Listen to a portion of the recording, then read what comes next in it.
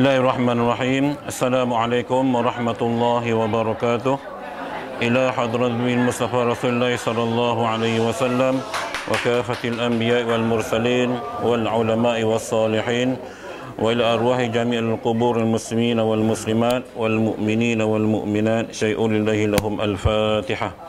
A'udzu billahi minasy syaithanir rajim. Bismillahirrahmanirrahim. Alhamdulillahi Rabbil Alamin Ar-Rahmanir Rahim Maliki Yawmiddin Iyyaka na'budu wa iyyaka nasta'in Ihdinas siratal mustaqim Siratal ladzina an'amta 'alaihim ghairil maghdubi 'alaihim waladdallin. Amin. Alhamdulillah, tsumma alhamdulillah. Alhamdulillahi Rabbil Alamin wa bihi nasta'in wal 'aqibatu lil muttaqin wa la 'adwana illa 'alal zalimin. Salatan wa salaman ala habibina al-Mustafa Rasulillah sallallahu alaihi wasallam wa ala alihi wa sahbihi ajma'in. Subhanaka la 'ilma lana illa ma 'allamtana innaka antal 'alimul hakim. Rabbi shrah li sadri wa yassir li amri wahlul 'uqdatan min lisani yafqahu qawli. Allahumma yassir umurana wa la tu'assir. Rabbi yassir wa la tu'assir. Rabbi tabil khair. Amin ya rabbal alamin. Tuan-tuan dan puan-puan untuk Allah Subhanahu wa taala, marilah sama-sama kita merafakkan kesyukuran kepada Allah Subhanahu wa taala di atas segala limpahan rahmat, nikmat, taufik hidayahnya kepada kita sehingga ke hari ini dapat sama-sama kita hadir ke majlis ilmu kita, pembacaan kitab Mat'ul Badrain wa Majma'ul Bahrain. Dan saya rasa ramai yang dah ada kitab baru yang terjemahan yang diberi baru-baru ini. Jadi untuk makluman yang baru-baru join ni, ada juga yang bertanya kepada saya yang kenapa kita tak belajar fiqh munakahat sikit, fiqh jinayat sikit, fiqh muamalat sikit, fiqh siasah sikit.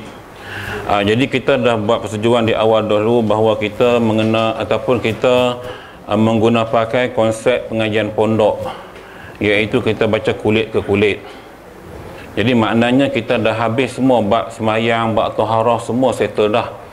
Sekarang kita masuk bab pernikahan. Pernikahan pun dah nak habis dah pun. Kira dah nak nikah dah habis, cuma nak bermadu je ni tajuk hari ni. Lepas habis tajuk madu ni, tajuk kisah keli laki bini. Syunusyus habis keli laki bini ni. Okey, lepas tu kita akan tengok bab khuluk. Bab yang tuan-tuan pelik-pelik mungkin dalam khusus pernikahan dulu-dulu tak diajak. So kita akan jumpa. Habis bab pernikahan ni baru kita masuk bab fiqh jenayah, fiqhul jenayat. Kita mengaji bab hukum hudud apa semua. Jadi hak mana yang duk kelabu asap tentang hudud bagai ni kita akan cerita lepas ni. Jadi sabar, siapa yang join sabar. InsyaAllah kita cuba habiskan sampai khatam kitab ni. Ya, insyaAllah. Baik. Sebagai mukadimah pagi ni, tuan-tuan perasan di Mekah sekarang ni banjir, hujan, dan gambaran air terjun yang ada kat Malaysia pun dah ada kat Mekah sekarang ni. Cantik selepas 15 ke 20 minit hujan turun. Ada kawan saya hantar gambar video tadi, saya tengok cantik macam air terjun tu jalan. Even kawasan padang pasir pun nampak air terjun turun daripada kawasan atas, pengguna atas. Dan juga berlaku ribut peti. Kita tak tahu Allah nak bagi segala apa kepada orang Saudi. Tapi beringatlah, sentiasa beringatlah. Ya. Baik. Kat kita pun banyak kejadian-kejadian yang meragut banyak nyawa, macam semalam di peranginan Teluk Batik. Bot terbalik sebelah orang, 2 orang. Salah seorang tu adik kawan saya meninggal pagi tadi pukul 4.58 pagi, perempuan. Dah lah dia ada adik seorang perempuan tu ya. Teluk Batik. Dia bot tu terbalik dekat dah dengan pantai tu, tapi sebab terbalik jadi masa tu jatuh mungkin dia pakai jaket. Kadang jaket tu dia nak timbul blok dengan bot 5 kali. Mungkin dia tak pandai nak kuat sebagainya. Ya, akhirnya dapat diselamatkan, cuma meninggal di hospital. So, lemah. Okay. Sebab orang yang tak pandai menggunakan life jacket tu pun problem juga. Sebab duk biasa terjun timbul, tenggelam, tiba-tiba terjun timbul, so dia tak pandai nak, sebab dia kena belajar juga menggunakan menalah tu pun. Okay. Yang jadi cikgu tahulah khusus bina insan kita diajak lah, kalau kami jadi cikgu ni pernah diajak lah naik perahu, naik apa bagai semua. Okay. Itu baik. Baik, sambung pengajian kita tuan-tuan. 1, 2, 3, 4, 5, 6, 7, 8, 9, 10, 11, 12, 13, 14 baris dari bawah. Muka surat 158. Mi'ah samaniyah wa khamsin. 158, kitab lama, kitab baru, kitab Jawi, Rumi saya tak tahulah. 2, 3, 4. Dan sekurang-kurang tu dan sekurang-kurang giliran dan afdalnya satu malam. Okay. Satu malam bagi orang yang pekerjaannya siang hari. Jadi kata tuan kitab ni tuan-tuan, sekurang-kurangnya giliran untuk bermadu tu satu malam, itu yang afdal. Malam kau ni, semalam kau ni, kalau 2 orang lah, itu yang afdal. Okay. Sekurang-kurangnya kata dia. Dan haram lebih daripada 3 malam dengan tiada redha mereka itu isteri. Jadi kalau nak lebih 3 malam tak ada persetujuan isteri yang pertama, maka hukumnya haram. Nanya. Okey, nanya. Jadi maksudnya dia antara 1 ke 3 malam, lebih tak boleh, kira haram. Melainkan dapat persetujuan, sama ada bertulis dalam WhatsApp ataupun perbualan telefon. Okey, itu. Jadi kena hati-hatilah siapa yang bermadu tu, kena tengok. Ada hukum di situ, walaupun dia boleh tapi ada hukum. Dan wajib dibuangkan undi. Jangan baca dibongkan dan sebagainya, salah Dibuangkan undi. Tu dia Jawi lama eja undi alif nun dal ya. Jenuh nak baca undi. Andi lah, indi lah, pelbagai. Dibuangkan undi kerana dimulakan dengan salah seorang mereka itu. Okey. Dan kemudian daripada sempurna gilirannya dibuangkan undi pula antara yang tinggalnya. Kita hajat minggu lepas, satu kaedah penggiliran ialah dibuat undian awal. Kaedah kedua sini dia hajat dibuat undian setelah selesai orang pertama.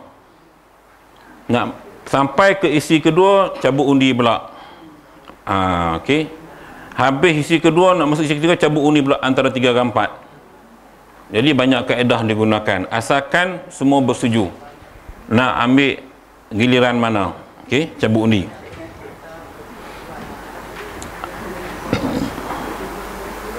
Baik.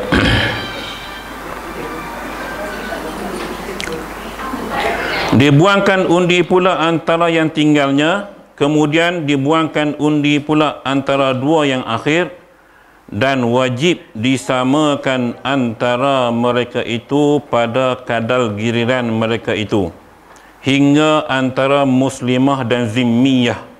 Okey. Baik. Jadi dah cabut undi, memanglah susah nak bagikan, sebab hari 7 hari, orang 4 orang. Ini kita cerita hak maksimum, kan? Jadi kalau seorang 1 malam, habis 3 hari. Jadi mungkin pembahagian itu 2 minggu sekali, 14 hari. So kalau 14 hari, boleh 2 malam. Tapi dia bergantung tentang kawan saya yang duduk USJ tu, dia, yang kawan saya tu isi kedua dia lah, satu tim kami, satu bidang perawatan. Dia bini nombor 2. Bila berkahwin dulu, dia kata dia dah buat perjanjian, dia kata dia nak 2 hari je. 5 hari suami dia kena duduk rumah isteri pertama. Dan persetujuan tu berkekalan hingga hari ni, sampai anaknya dah tingkatan 5. Anak bini nombor 2 lah, kawan saya ni. Jadi benda tu setuju. Sampai kalau lelaki tak balik, dia halau lelaki dia balik. Abang malam ni pergi dalam sana. Kadang lelaki dia biasalah, ni mudah anu tua sikit. Tapi sebab dia memang minta 2 malam je. Hak nu 5 malam. Jadi maknanya 7 hari tu dia ambil 2. Hari Selasa, hari Sabtu tak silap saya. Jadi persetujuan tu dicapai di awal perkahwinan sampai kelar ni. Tak ada masalah mereka. Jadi kalau apa-apa function pun, kecuali lah kalau macam jemputan kenduri semua tu, dia minta izin lah. Nak guna abang dia sekejap untuk pergi majlis kenduri. Lepas tu balik rumah balik. Macam tu. Okay, ini contoh. Contoh yang saya lihat sendiri lah. Baik, jadi dia kata wajib disamakan antara mereka itu pada kadar giliran mereka itu hingga antara muslimah dan zimmiyah. Maksudnya dulu kita dah cakap perkahwinan itu boleh dengan orang Islam dan ahli kitab. Jadi pembahagian kena sama walaupun isteri tu ahli kitab, dah tak ada lah ninya. Okey. Kena sama, kena berlaku adil. Cuba samakan, itu maksudnya.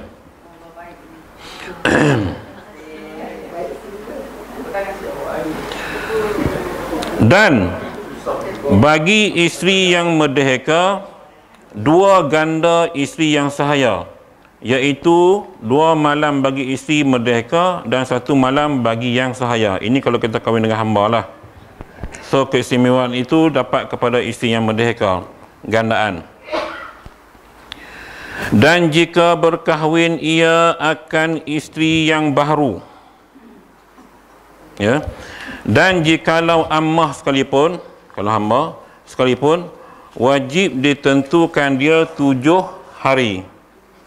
Wajib ditentukan dia 7 hari 7 malam berturut-turut jika bikrun, bacaannya bikrun, ba kafra, bikrun, anak dara, ya.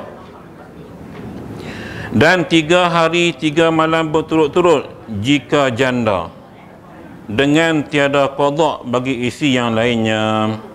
Baik.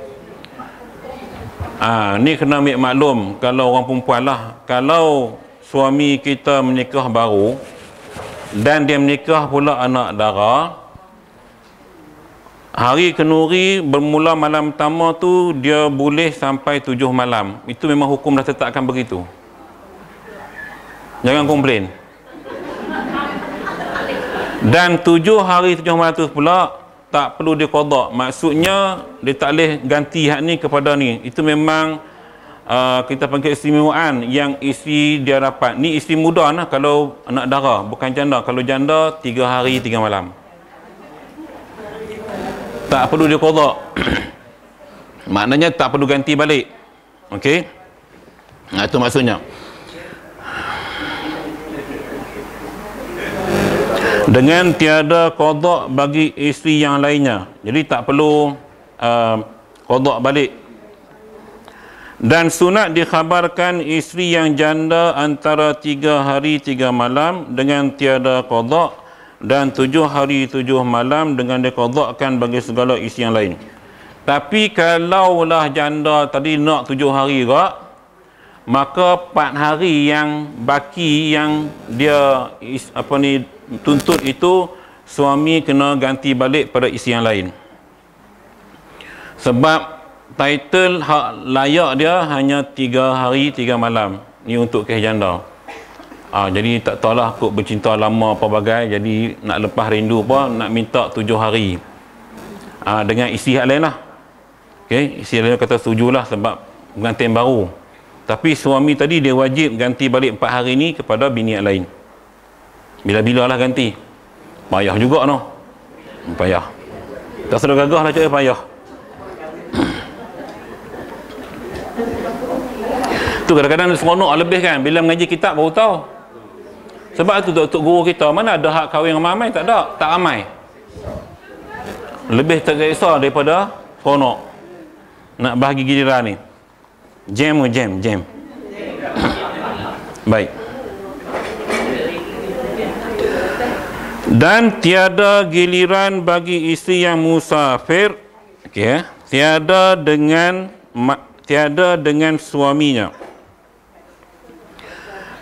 Jadi bini yang pergi musafir, yang pergi outstation mana-mana, okey, tiada dengan suaminya, pergi seorang-seorangnya.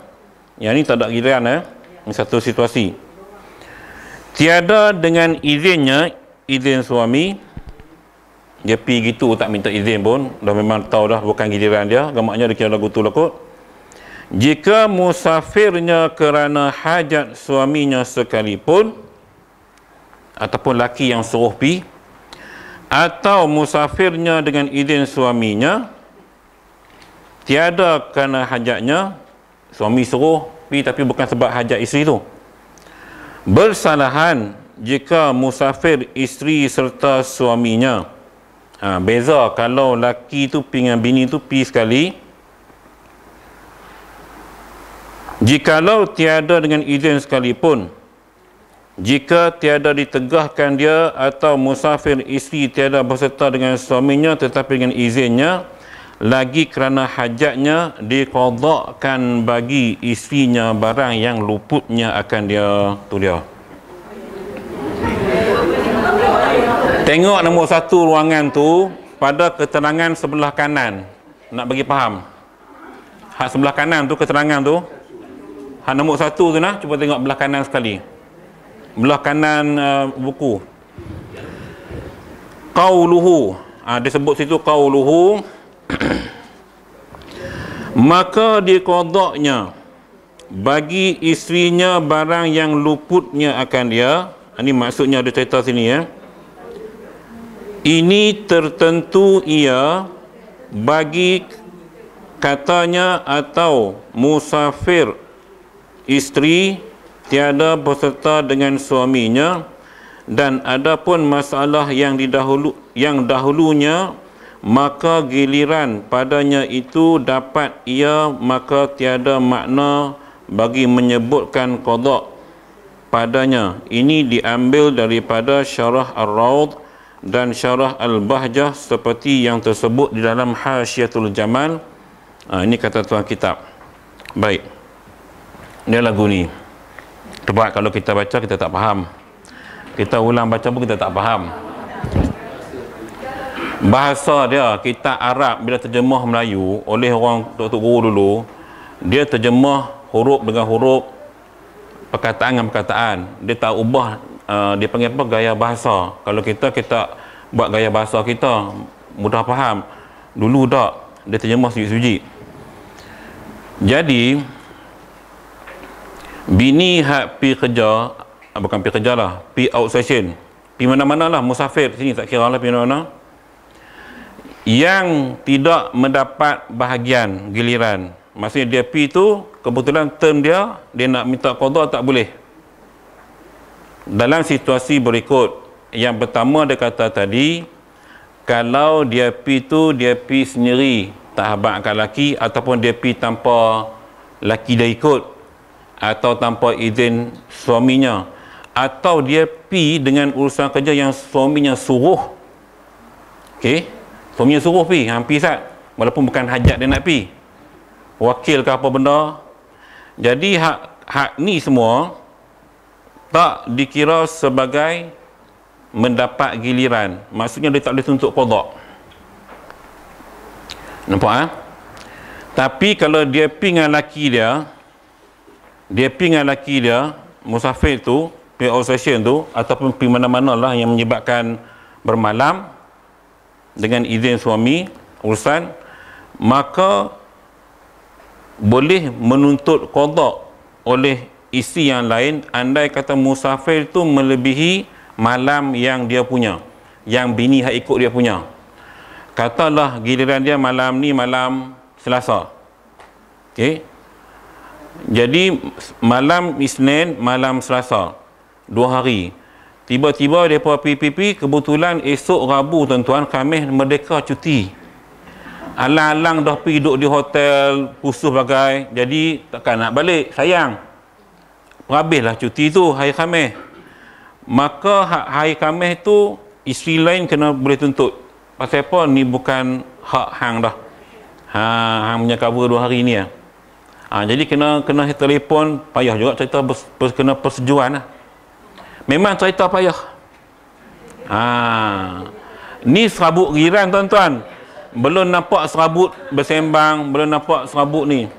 Tapi saya tengok kemarin tuan-tuan, kemarin penyampai radio sinar, kawan Jeff tu apa?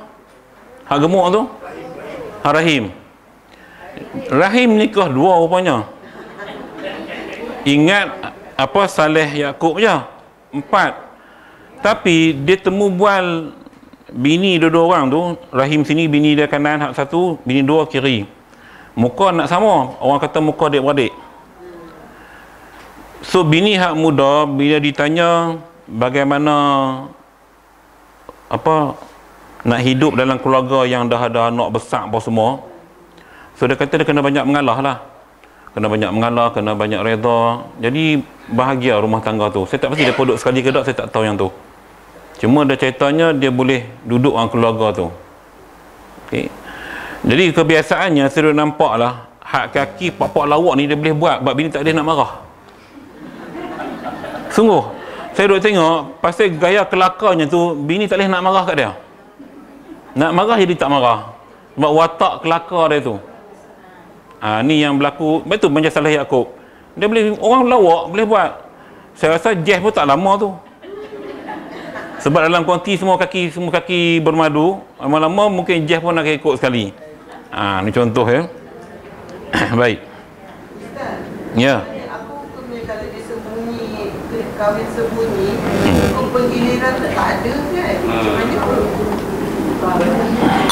Ada banyak kes dia tutup ataupun rahsia curi-curi tu. Ada banyak faktor dan ada banyak pandangan.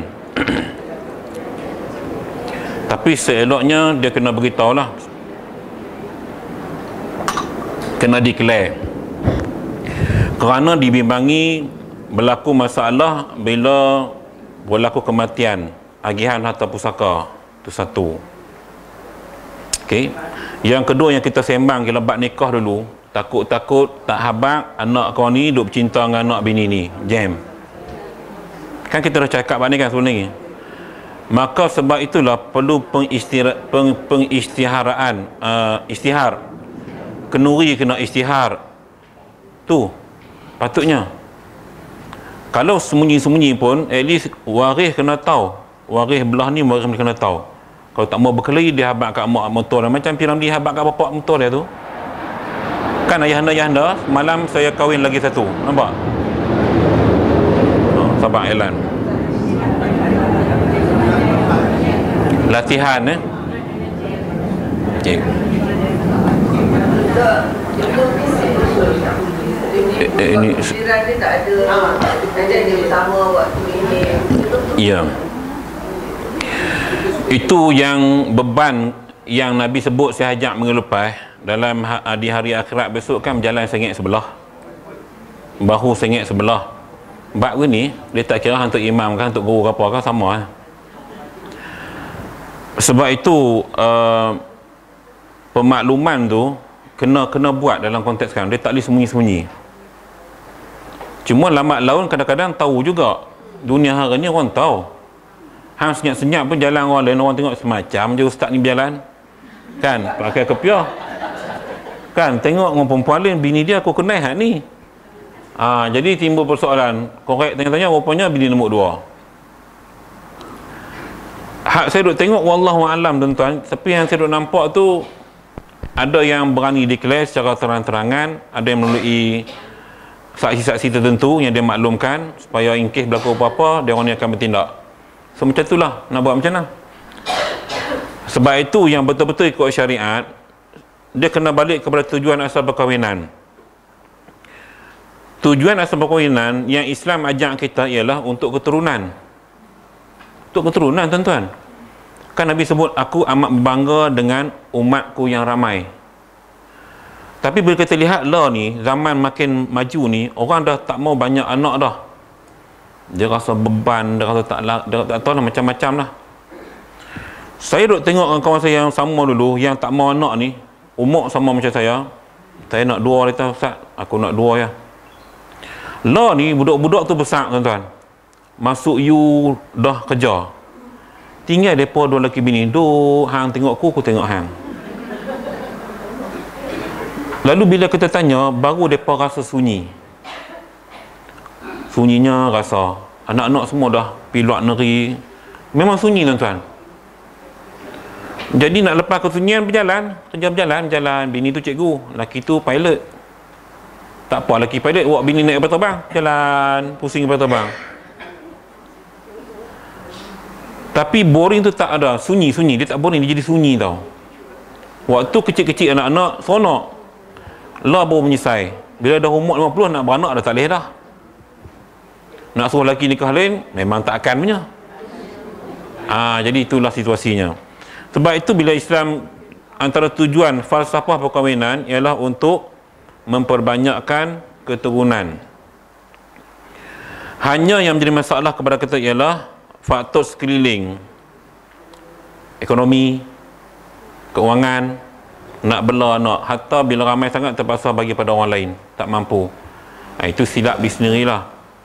Sebab itu saya ajak itu, apabila tempoh penyusuan Syah 2 tahun berturut-turut untuk tempoh kenyang seseorang bayi, baru boleh dapat adik pula. Itu perancangan dalam Islam. Dah ajak dah tempoh penyusuan tu 2 tahun berturut-turut, baru baby tadi akan betul-betul membesar menjadi sempurna. Maknanya secara tak langsung kalau kita kaji bab ni, tempoh perancangan bagi seorang perempuan itu dia 2 tahun baru boleh dapat adik pula. Ni silap kita, hak jenis tak faham ni, kira anak-anak lepas tu setahun seorang letih mak ah. Kemudian anak yang besar hak pertama tak dapat cukup susu, kena bagi kat adik. Maka berlaku rencatan otak tak apa cerdik apa semua, dia berlaku benda macam tu. Sedangkan Islam dah atur elok dah. Nampak kesilapan kita. Jadi yang untung yang menikah Hawaii, kalau dia buat 2 tahun, 2 tahun, mungkin boleh dapat 10 ke 11 anak. Pupu saya, guru pondok Haji Zaidi, pondok di Paya Nedam, Paya Kecut tu. Dia umur tua pada saya 53. Anak kecil dia baru 4 tahun ke 5 tahun tu. Dia anak 8 ke 9 orang. Ni ingin tok guru ni. Jadi ngajak pondok-pondok lah kan. Sebab mereka tak ada istilah perancangan. Dia tak bagi bini dia makan langsung buat perancang. Tu mereka punya hal lah. Cuma bila ramai sangat, timbul bebanan di sudut nak jaga sebab kos tinggi sekarang ni. Okey. Baik. Bermula suami yang berkehendak musafir kerana hendak berpindah, tiada harus ia membawa setengah mereka itu dan tinggalkan setengahnya. Jadi kalau laki itu nak pergi musafir kerana nak pindah tempat tinggal, pindah kerja, maksudnya bukan nak pergi berjalan, nak pergi pindah, kena posting mana-mana, maka tiada harus dia bawa bini nombor 1 tinggal nombor 3, atau bawa nombor 2 tinggal lagi 2 orang, atau bawa seorang tinggal seorang. Hukumnya tak boleh, tak harus.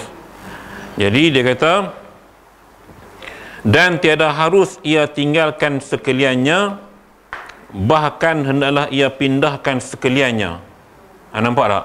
Tu yang saya cerita, bila Ustaz Azadirus bawa 4 orang pergi duduk di Terengganu, ni pasal dia faham kitab. Hak Pucung Perdana pergi duduk sana, hak yang di KL seorang, semua balik duduk di Terengganu, kawasan taman yang sama. Ni sebab dia faham kitab.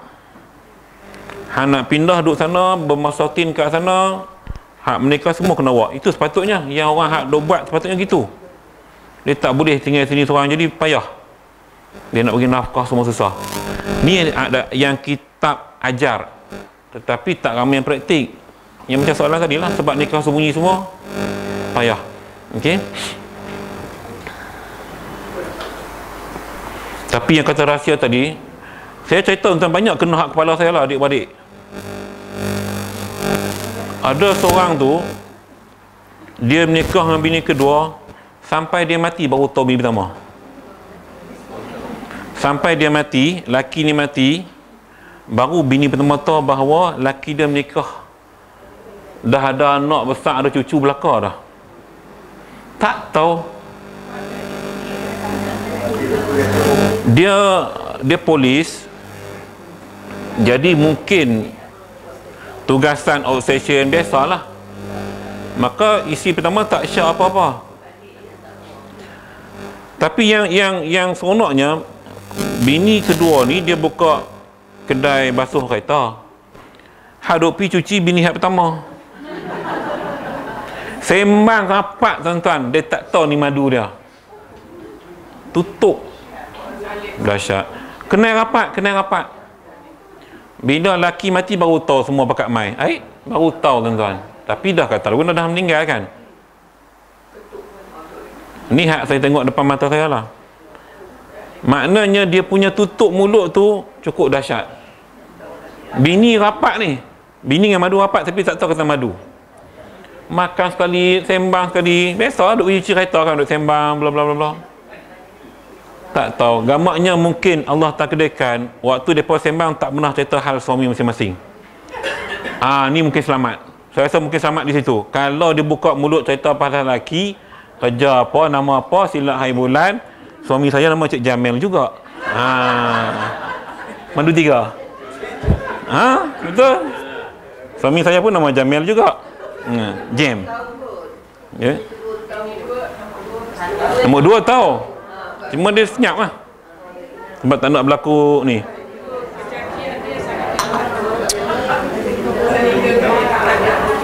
Baik.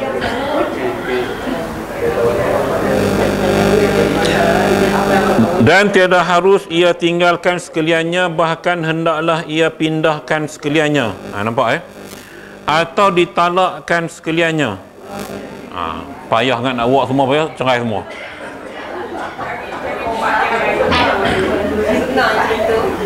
Dia ambil jalan mudah.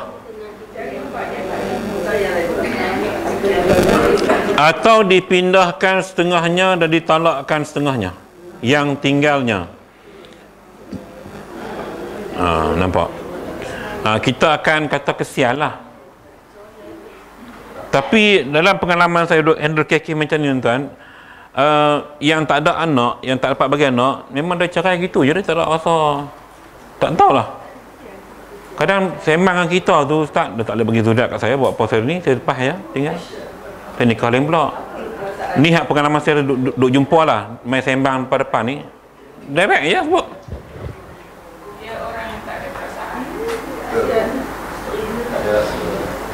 Tapi hak saya jumpa ni semua anggota tentera, hak jenis mungkin sifat lagu tu kot kan. Kalau hak kerja-kerja biasa semua kekal, tak gamak. Hak jenis askar ni rasanya depa wallahualam mungkin dididik tarbiyah dalam sistem gitu, jenis tegas, jenis buat jenis mungkin lagu tu lah kot. Ni hak saya duk jumpa lah. Tak ada bagi anak kata, dah tinggal. Kalau pula tempat dia nak anak. Okey. Jadi tuan kitab ni kata kalau tak boleh bawa semua, boleh dia talak semua, atau bawa sebahagian, talakkan sebahagian. Tapi maknanya bila nak pindah tu, kalau dapat kena bawa semualah. Yang jadi kes tu sebab tak mampu pula nak sewa rumah, 4 buah rumah. Sebuah rumah 800, 8 kali 4 3,200. Tak boleh duduk sekali. Kita dah sebut hari tu, duduk sekali ni yang hebat boleh buat orang Indonesia ya. Rumah besar 12 bilik, dia boleh buat. Tapi masalah sekarang ni ialah kerjasama nak melakukan tugasan di rumah. Nak lipat baju, nak sapu sampah ni semua ni. Dia bila ramai tuan-tuan, dia akan main, malas mesti akan wujud. Dia tu buat dah, aku tak payah buat lah. Nampak tak? Dia tak ada kerjasama. Namun saya tengok juga di depan-depan saya ni, duduk sekali ni, contoh duduk sekali ya. Tapi boleh kerjasama tuan-tuan, masak sekali, makan, boleh pula. Ni mungkin jenis okey-okey lah kot Okey-okey. Yang tak okey lah kan. Mungkin yang okey-okey yang kita nampak. Kekal sampai hari ni duduk sama. Tak ada masalah. Seorang panggil mami, seorang panggil umi anak tu. Tapi ustaz-ustaz lah ni kira yang hak tutup guru lah, ya. Dia boleh buat. Baik. Atau berkehendak musafir tiada kerana hendak berpindah, akan sebagai safar yang mubah, halal baginya membawa setengah mereka itu dan ditinggalkan setengahnya. Okey.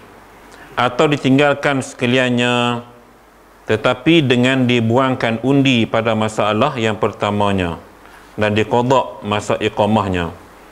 Tapi kalau musafir dia tadi bukan nak pindah, saja pergi berjalan, dia boleh ambil atau pilih mana-mana untuk dia bawa bersama dengan dia. Tu tak ada masalah, harus. Tapi cabut undi lah. Buat undi. Jadi kalau buat undi, kalau 4 orang mungkin dia buat undi. Cuma masalahnya saya cerita hari itu, andai kata yang ni tak puas hati pasal hak ni bawa pergi Langkawi, hak ni pula bawa Pulau Tiuman, nampak okey lah Tiuman Langkawi tu standing. Hak ni pergi Pulau Ketam, tak boleh. Mau 3 Pulau Ketam, mau 4 Pulau Meranti.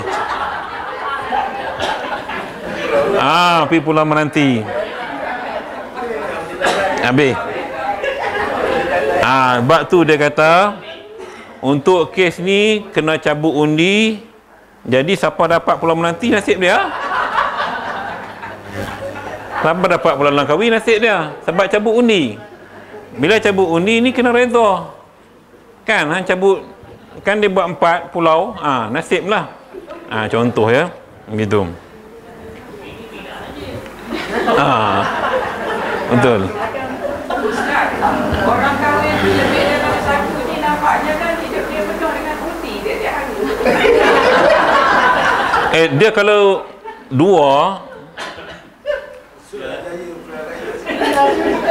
kalau saya dah lihat lah, kalau 2 orang ni dia agak boleh handle. Macam kawan saya seorang tu, dia kalau stesen jauh-jauh, dia memang buat bini hak muda sebab hak tua tak mau ikut. Jenis tak suka berjalan. Kerja dia baca novel, tulis, dia macam tu. Jadi hak pijang mana dia ajak. Turn katalah, dia main khusus dengan saya di sini Kuala Lumpur. Dia kata, saya ajak Ustaz. Katalah minggu ni giliran dia, minggu depan giliran tu, tapi anu tak mau ikut. Dia suruh buat ni kak. Tak apa, dia buat ni. Dia gitu lah. Dia nasib lah. Sebab bukan semua orang ada hobi yang sama. Cuma masalah berlaku kalau kena dapat bini dulu kaki berjalan, jam. Ni nak pergi juga, ni nak pergi juga, itu susah. Seorang suka duduk diam-diam tak nak berjalan, seorang suka berjalan, itu untung hak berjalan. Tu je. Baik.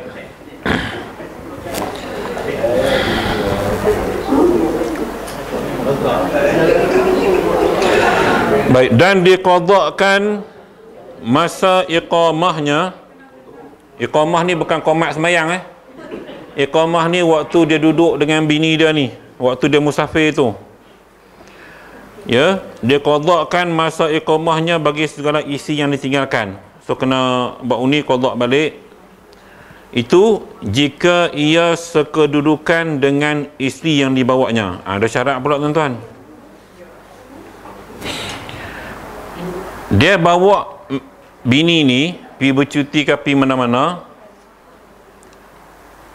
Tuntutan qadak giliran tu isteri lain berhak dapat kalau dia tidur dengan, masih bersama dengan isteri ni. Kalau tak bersama tak apa. Faham payah juga tak? Maksudnya dia hanya bawa untuk teman je. Jadi agak sukar.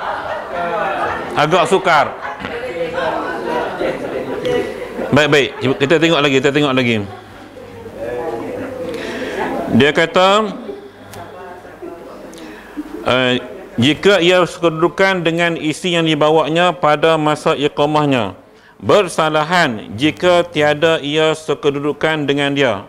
Mereka tak tidur bersama pada masa iqamahnya, seperti bahawa ia asingkan akan dia Maknanya hang tidak bilik lain, aku tidak bilik lain. Itu kerja bodoh lah tu saya. Tapi kalau nak ikut sinilah, maka tiada wajib qada masa iqamahnya. So laki tak payah ni baliklah buat undi untuk bini yang lain kalau depa tak tidur sama. Adapun masa pergi musafir dan masa kembalinya tiada wajib atas suami qadakan dia. So perjalanan tak dikira. Ya, perjalanan tak dikira. Jadi kalau macam dalam perjalanan tu mungkin jam, so mungkin makan masa yang waktu lebih 24 jam, tak dikira. So tak boleh nak qada untuk giliran. Yang tu kira hangus gitulah. Nampak macam mana? Dan keluar dengan safar yang harus.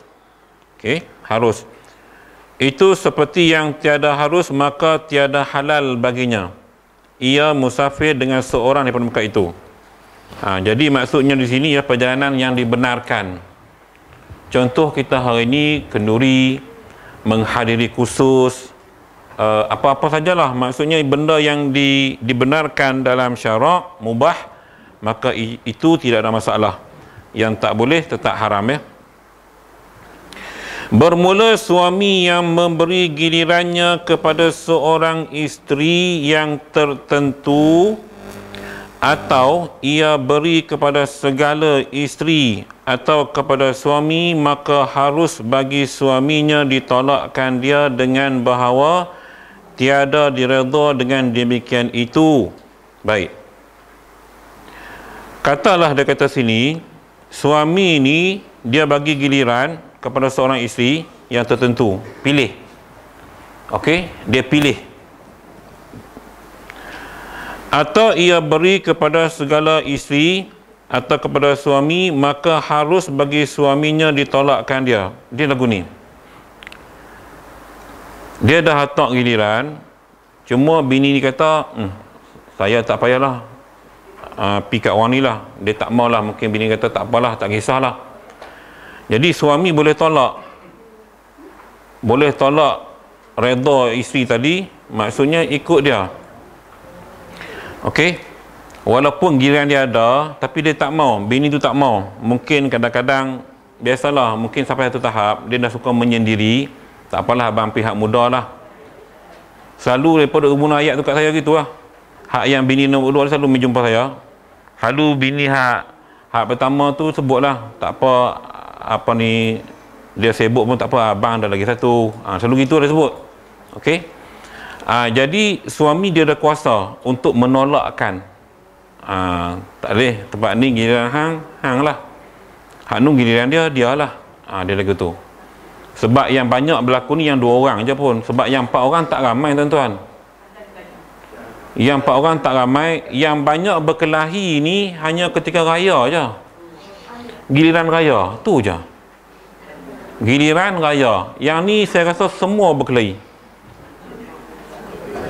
Sebab dia begini, isu yang timbul ialah suasana sambutan raya. Jadi kita di Malaysia yang meriah raya puasa. Semua pakat nak duduk sekali raya puasa ni. Kalau boleh laki aku je nak duduk dengan aku raya puasa. Pasal meriah. So bila buat giliran hang raya haji, jadi hak raya haji tak apa nak puas hati. Sebab raya haji tak meriah, cuti pun pendek. Sebab itu mana-mana pun, walaupun bersetuju dalam semua bab raya ni payah nak bersetuju. Sebab nak dapat turn dia tu kalau 4 orang, raya puasa, raya haji, raya puasa, raya haji. Dia akan dapat raya puasa pula.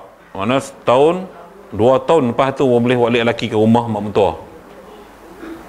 Jadi isu sekarang ni isu balik kampung. Kalau isu raya kat sini tak ada masalah.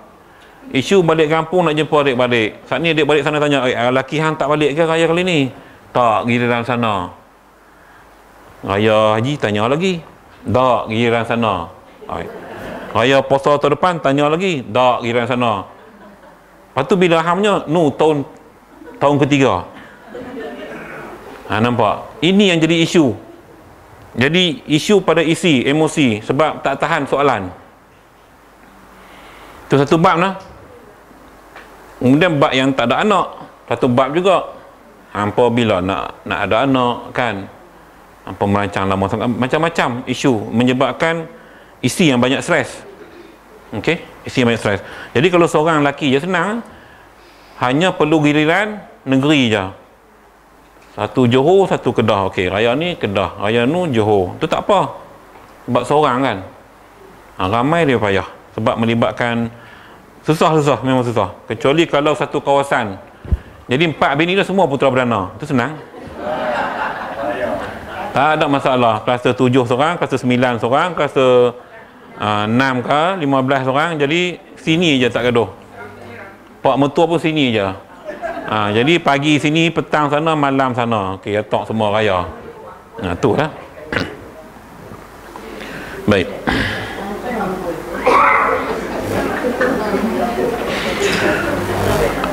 Bahawa tiada diredha dengan demikian itu kerana tamatuk dengan dia itu hak bagi suami. Itu hak suami. Dan jika diredha oleh suami dan padahal isterinya itu memberi gilirannya kepada seorang isteri yang lain, daripada mereka itu bermalam suaminya pada isteri yang diberikan kepadanya itu 2 malam kedua-duanya, atau ia beri gilirannya kepada segala isteri, atau ia gugurkan gilirannya disamakan oleh suami pada giliran antara segala isteri yang tinggalnya itu. Suami, ni jenis hak bini baik-baik ni kata tak apalah, baik orang lain lah, dia tak apa. Tapi suami berhak, sebab giliran itu hak suami. Kita cakap dah itu. Dia hukum bukan wajib bagi giliran ni hukum sunat je. Cuma yang dilarang tadi, bila dah buat persetujuan, hang tak boleh lebih 3 hari. Umur bini ni hang kena balik rumah ni, tidak haram. Tanpa redha isteri pertama atau isteri kedua. Jadi dalam konteks ni, kalau dah redha semua, tak ada masalah. Cuma suami tadi, hang kena berlaku adil. Tu yang kena dalam Quran sebut tu, kena berlaku adil. Kalau takut berlaku adil, nikah seorang sudah. Kan? Fankihu ma tabarakum min nisa'i masna wa thulatha wa ruba' fa in khiftum alla ta'dilu. Kamu takut berlaku adil, fawahidah. Sudah. Sebab payah serabut nak buat jadual, serabut ni, dah serabut banyak sangat serabut, seorang sudah. Seorang pun hang serabut dah. Betul tak? Seorang pun serabut dah, tambah banyak lagi serabut. Teratur lah. Okey. Kita habiskan. Dan jangan ia tentukan dengan dia akan setengah mereka itu, atau ia beri gilirannya kepada suami, maka haruslah baginya ia tentukan dia bagi seorang isterinya. Jadi suami tu kena tegah dalam bab ini. Kalau giliran ini, kalau ni bagi kelonggaran, tengok situasi. Okey, tengok situasi. Kerana hajat tertentu, sakit ke, kenuri kena ke, itu cerita lain. Itu perbincangan. Okey. Jadi maknanya dia cerita dia bermadu ni yang banyak menanggung dosa laki dari sudut pembahagian. Tu tak termasuk soal nafkah zahir batin lagi. Kena hak kaki tak larat, bini satu, lepas tu bini dua dia tak larat dah. Jam kat lagu tu. Tak boleh ke? Tu dia kena nafkah zahir batin, kena seimbang. Okey, ini yang berlaku dalam masyarakat kita hari ini. Baik. Selepas ini tuan-tuan, kita akan masuk tajuk faslun fi hukmi syiqaqi bainaz zaujain. Pasal hukum berbalah-balahan, berseteru antara laki bini. Ni tajuk panah. Banyak berlaku perkelahian yang mana Islam nak ajak dalam bab ni. Saya cerita sikit lah untuk kita baca minggu depan. Cara solusi nak handle apabila berlaku seteru berkelahian antara laki bini, Islam ajak. Terutama kalau bab isteri yang nusyus, apa tindakan yang Islam dah guideline-kan kepada suami untuk suami buat sebelum bawa kes ke mahkamah.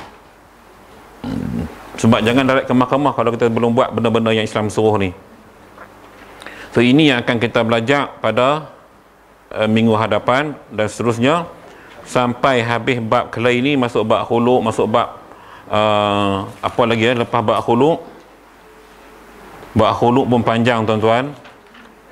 Tu dia bab khuluk 2 muka surat. Khuluk ni saya nak kena tengok balik, lupa dah mengaji dulu.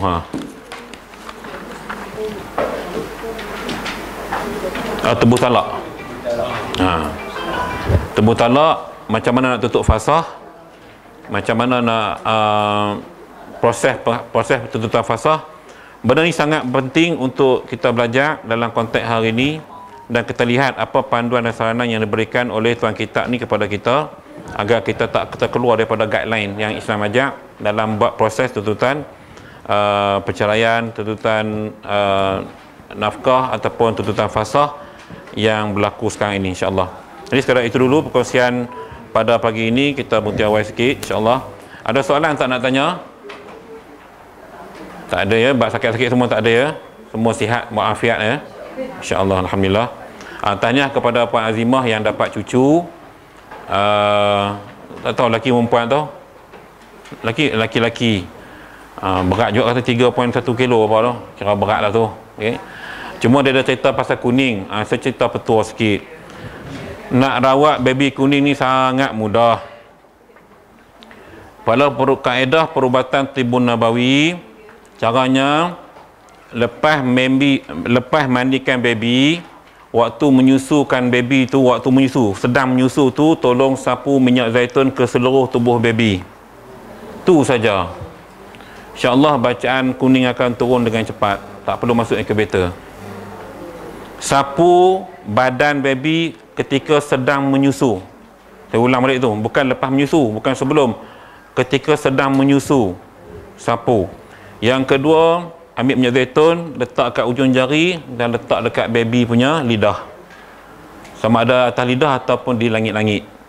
Atau bawah lidah. 3 lokasi tu nah. Dan mak tu boleh ambil minyak zaitun dan minyak habatus sauda. Spray bawah lidah untuk banyakkan air susu.